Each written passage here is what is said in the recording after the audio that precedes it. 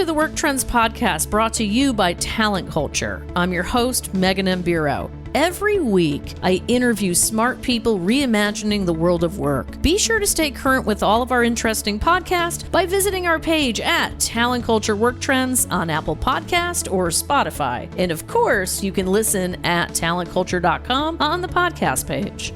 Hello, everyone, and welcome to the Talent Culture Work Trends podcast, sponsored by Culture Amp. I'm your host, Megan M. Bureau, and today we are delving into the ROI of workplace culture. While many leaders understand the human impact of maintaining a positive culture, they must also have the ability to explain why investing in culture is a savvy business practice. But before we dive into today's podcast, go ahead and ask yourself these questions. Number one, does your executive leadership have a keen understanding of the overall workplace culture? And number two, do you feel that your organization understands the correlation between culture and retention or productivity? Let's get started. Joining us today is Freesia Jackson from Culture Amp, who is a researcher, leader, and passionate champion for the intersection of data and culture. Let me tell you a little bit more about her.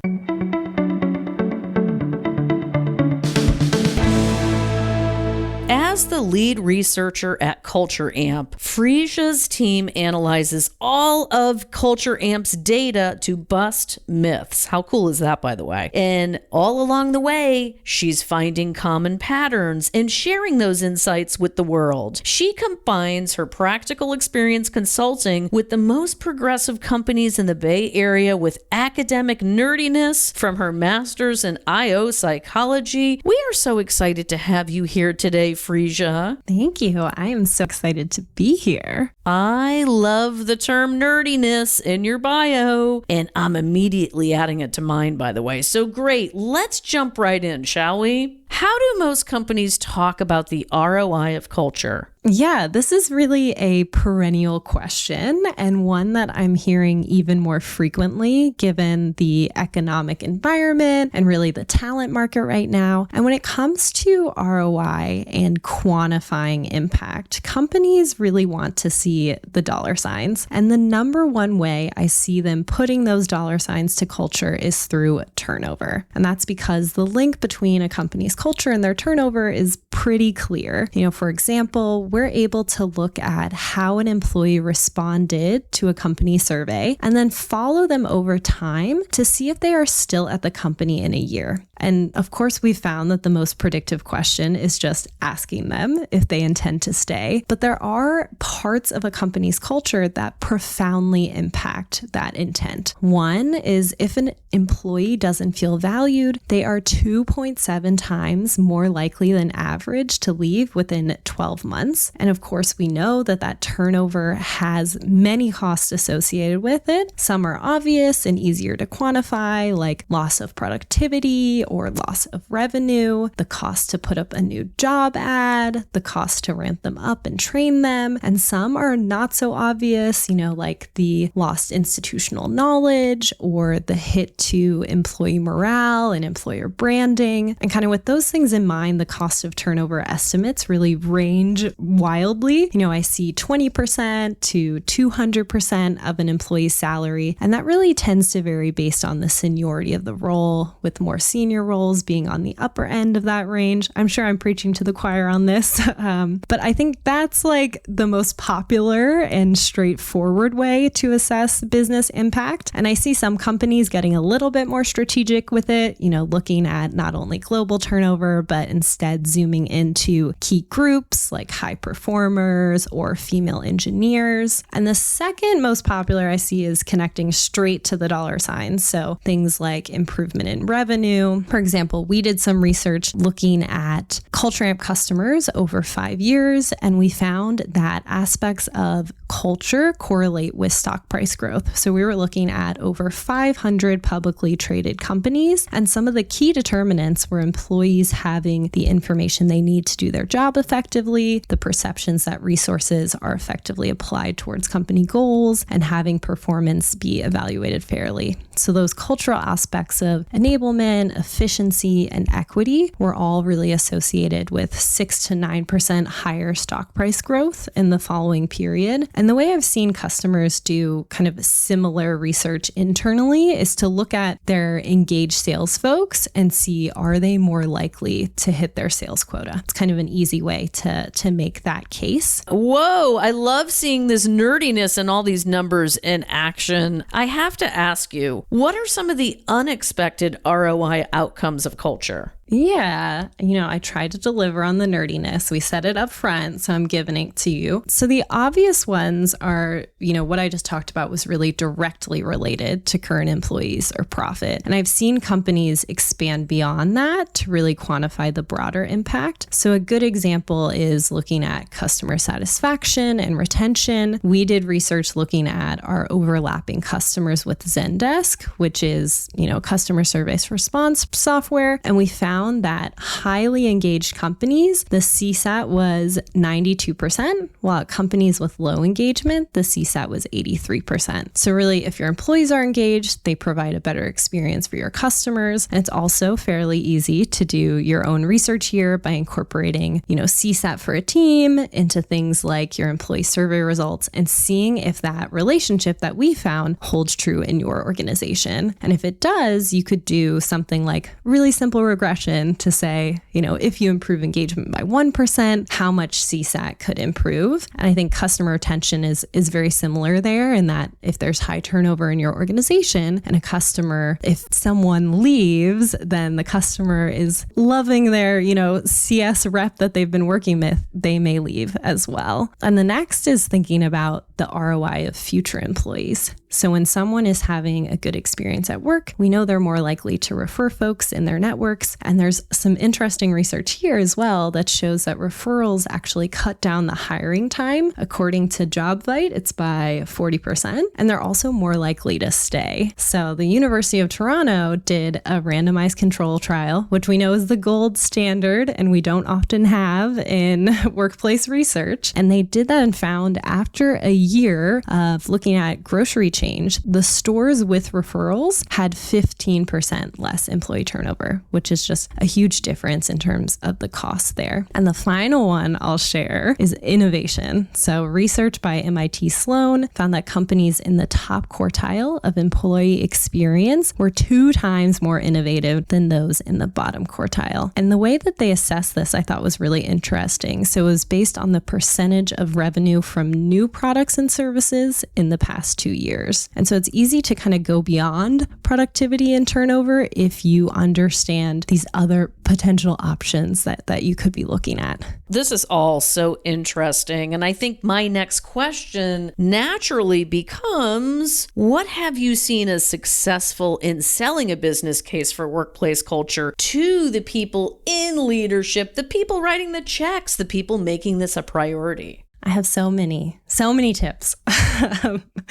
So the first thing is really you need to understand what the top priority is for those people, right? Because before you even start to sell, you need to know the data that will kind of assess those KPIs that they're interested in. And the most successful companies I've worked with do small experiments to be able to see if something has an impact. So an example might be doing a pilot coaching program and putting one cohort through it and using a control group to compare the difference, and then using the results of that small experiment to either sell the bigger idea you're hoping to fund or immediately debunk your idea and not waste your time. So it's really a win-win no matter what the outcome is. And then I think the second thing is really focusing in on storytelling, which I'm sure there are so many podcasts that say you should focus on storytelling, but I think I have a few tangible tips and examples that might go the next next step further. So first is like, consider your narrative arc. You need to understand the aspiration that the organization is trying to get to and the challenges that are getting in the way. And once you have that, there's kind of two things that are going to supercharge your story. So first is choosing the right main character. So many people say things like turnover is 40%, and that makes the main character the concept of turnover, which is really, really hard to relate to. Instead, you could say something like, we lost 2 out of 5 of our valued employees last year. That little tweak really humanizes the data and puts your employees at the center of it. So another example would be like, instead of manager effectiveness is 65%, you could say 3,000 of our employees are being managed by ineffective managers. So I think that gives a little bit more example of how storytelling could improve. The next thing is to really understand your audience. So that means understanding what they care about, which we already talked about, and what they're being held accountable to, but it also means knowing what they're motivated by. Sometimes leaders are risk averse and more motivated by loss. So going with turnover or connecting it to customer churn would be a good place to go. Whereas others are more visionary and galvanized by, the idea of a potential new exciting future. So innovation could be a good way to go. And it also means speaking in the language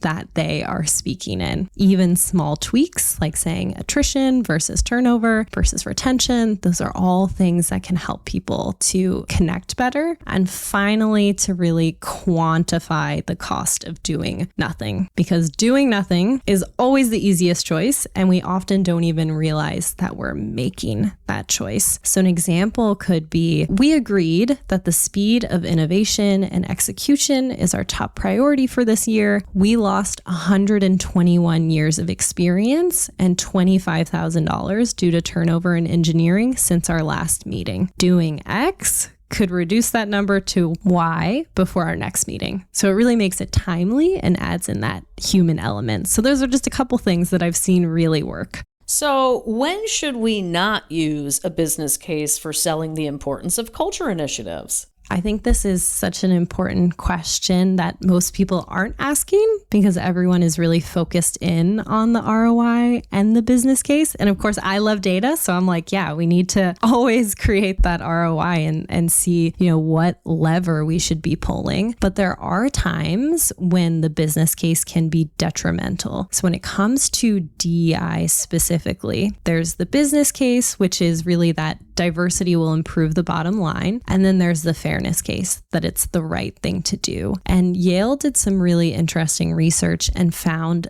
by looking at Fortune 500 companies, 80% of them use the business case. And so they were thinking, what is the impact of that? And when they had individuals from underrepresented groups read a message from a prospective employer's website and then rate how much they think they would feel like they belonged at the company, at companies with the business case, they found they anticipated feeling less belonging, more likely to be stereotyped, and more likely to be seen as interchangeable, since the business case really views diversity as a means to an end. And they even found that sometimes the business case caused majority group employees to feel that way too. So creating a business case is not always the best path, and some things should really be done because they're the right thing to do and they don't need a business justification. Well, I have to ask, of your worldwide customer base, what do you see across industries, company size, location, other demographics that illustrate our common human needs at work right now? There's so many things. I mean, we just actually crunched the numbers for the last year of data because we put our benchmarks out every 6 months. And looking at over 7,000 customers and over 2 million employee responses from the last year, we see that the top drivers of engagement are typically related to leadership and learning and development. And they really exemplify the human needs to be seen, to have purpose, and to make progress. So for example, the number one question is, my company is a great company for me to make a contribution to my development. So that really exemplifies the need for progress and development. The second is that leaders at the company demonstrate people are important to the company's success, that need to be seen. And then finally, the company effectively effectively directing resources, funding, people, and effort towards company goals. And that is really just desire to be part of like something bigger that's going to be effective in achieving its purpose. And we see that, there's small differences across industry and across region, but there's much more that's the same. Well, I love that you bring a global perspective. I think right now during the Olympic season, there is this natural inclination to remember that human needs are universal. But you, and I'm looking at you out there, Work Trends community, you can use your research and your experience to underscore that it's a fact. So last question here, very briefly, because I know this is another big topic because you create so much amazing content there at Culture Amp. Tell us, what do you recommend we read today? Yeah, you're right. There's so many. So I will try to keep it brief. One is if you are interested in the ROI, we did create an ROI calculator that HR folks can use to really sell through the importance of focusing on culture. Or if someone's listening and they're a skeptic, you can check it out to see like at a glance, if all of my data did not convince you, then maybe this will, and it will show you kind of what are the aspects of business that are affected by the employee experience. And one thing I love about it is, as a researcher, I mentioned that before that the estimates for the cost of turnover range from 20 to 200%, and we actually used 20%. So I love that it's very conservative so that when someone is sharing the data with their executive or their board, they can be very confident they aren't overselling the impact. And then finally, if you're interested in the ROI, you're a numbers person. So like check out cultureamp.com/science, which is where we highlight all of our research-backed blogs. There's so many that they're constantly coming out. So that's where you can see them. We just recently did an article looking at the employee experience of women leaders and found not only is there a representation gap, which we're all aware of, but also a sentiment gap. So women in the C-suite are much less likely to feel respected and like they belong than their male counterparts. So that's just an example of something that we found recently in all of that data.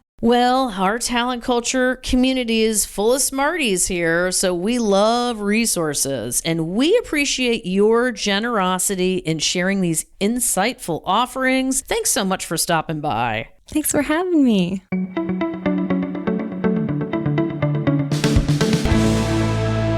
What a great conversation. It's no secret that we are culture fanatics here at Talent Culture. It's a big part of who we are and what our community is committed to improving. This was a fabulous discussion that takes a hard look at how workplace culture is a critical element of a successful business. Here are a few of my key takeaways. Number one, if organizational leadership is unclear in how the employee experience and workplace culture is affecting profitability, attrition, or productivity, that's an important place to start. Number two, take the time to understand when to and when not to use culture as a business case. Number three, people in business isn't new, but it's only getting better. It's wise to ensure that you're regularly and intentionally using that data to inform business decisions. Thank you again for being here, Frisia. It's been a true pleasure. And listeners, be sure to visit cultureamp.com and learn more about this interesting topic. And last but not least, the talent culture community wants to hear from you. We want to hear what you're thinking. So question number one, how would you rate your organization's commitment to maintaining a positive workplace culture? Number two, have you ever had to explain the connection between culture and the bottom line, and what sparked those aha moments? And number three, what kind of data and analytics do you believe are game changers in assessing how to improve culture? Let us know. We want to hear from you. Visit us on Twitter, LinkedIn, and Instagram to share your responses to these questions, or feel free to contact me personally at Megan M. Bureau on social, mbureau@talentculture.com. As always, thanks for listening to the Work Trends Podcast, the place to find meaningful connections at work. If you love what we do here, make sure to share our podcast with friends and colleagues,